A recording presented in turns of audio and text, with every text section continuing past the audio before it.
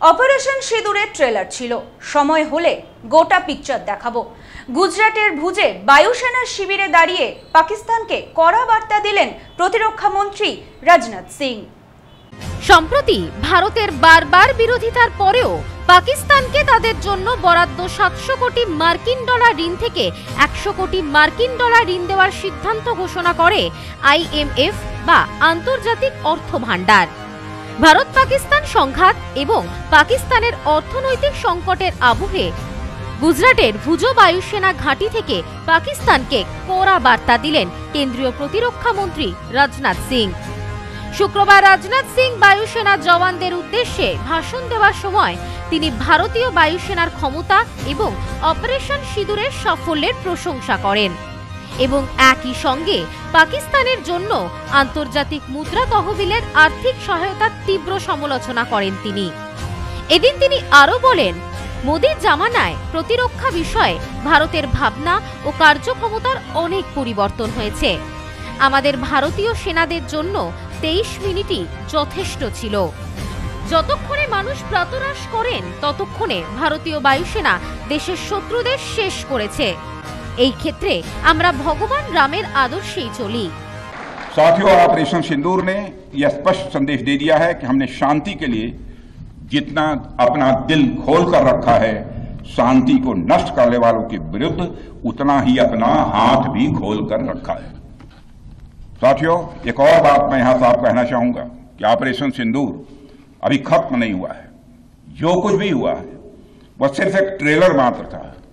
अब जब समय आएगा, जब भी सही समय आएगा, तो हम पूरी पिक्चर भी दुनिया को दिखाएंगे। তার বক্তব্যে প্রতিরক্ষা মন্ত্রী আরো বলেন, অপারেশন সিঁদুর এখনো শেষ হয়নি, এটা ট্রেলার ছিল, সঠিক সময় গোটা পিকচার দেখাবো। और मैं ये कहूं तो ये कहना गलत नहीं होगा, जितनी देर में लोग नाश्ता पानी निपटाते हैं उतनी देर में आपने दुश्मनों को निपटा दिया।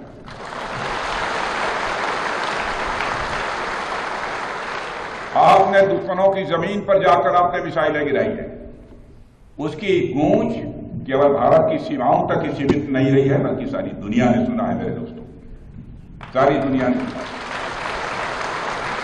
और वास्तव में वह गूंज सिर्फ मिसाइल्स की ही नहीं थी, वह गूंज थी आपके शौर्य की और भारत के सेना के जवानों के पराक्रम की। শুক্রবার গুজরাটের ভুজ বায়ুসেনা ঘাঁটি থেকে এমনই বার্তা দিলেন কেন্দ্রীয় প্রতিরক্ষা মন্ত্রী রাজনাথ সিং। পাশাপাশি অপারেশন সিঁদুরের সাফল্যের কথা বলে ভারতীয় সেনার প্রশংসা করতেও দেখা যায় তাকে। রাজনাথ সিং আরও বলেন, সম্প্রতিকালে ভারতের তীব্র বিরোধিতা সত্ত্বেও IMF পাকিস্তানকে তাদের জন্য বরাদ্দ 700 কোটি মার্কিন ডলার ঋণ থেকে 100 কোটি মার্কিন ডলার দেওয়ার সিদ্ধান্ত ঘোষণা করেছে। ভুজের ভাষণ পর্ব থেকে সেই প্রসঙ্গেও মুখ খোলেন প্রতিরক্ষা মন্ত্রী। তার দাবি, IMF পাকিস্তানকে আর্থিক সহায়তা দেওয়ার কথা ঘোষণা করেছে, কিন্তু আমি বিশ্বাস করি এই টাকাটাকে পাকিস্তান আবারও সন্ত্রাসবাদে মদত জোগাতেই ব্যবহার করবে।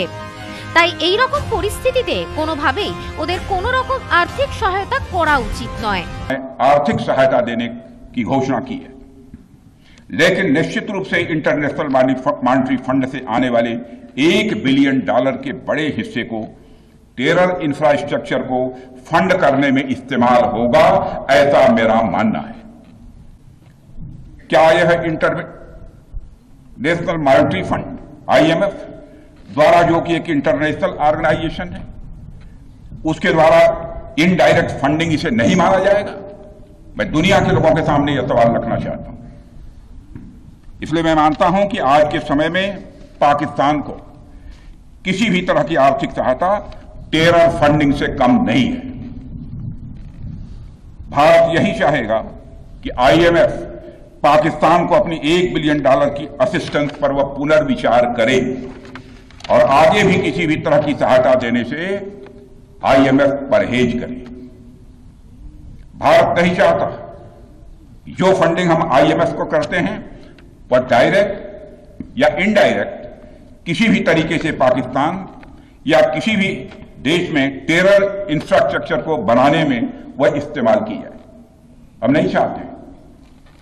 প্রতিরক্ষা মন্ত্রী IMF-কে অনুরোধ জানান পাকিস্তানের হাতে টাকা তুলে দেওয়ার আগে তারা যেন বিষয়টি পুনর্বিবেচনা করেন। তিনি বলেন, ভারত IMF-কে যে সহায়তা করে সেই টাকায় ঘুরপথে সন্ত্রাসবাদে মদত দিতে ব্যবহার হোক তা কখনোই গ্রহণযোগ্য নয়। তার এই বার্তা জাতীয় ও আন্তর্জাতিক স্তরে তাৎপর্যপূর্ণ বলে মনে করা হচ্ছে। Bureau report, news no man's land.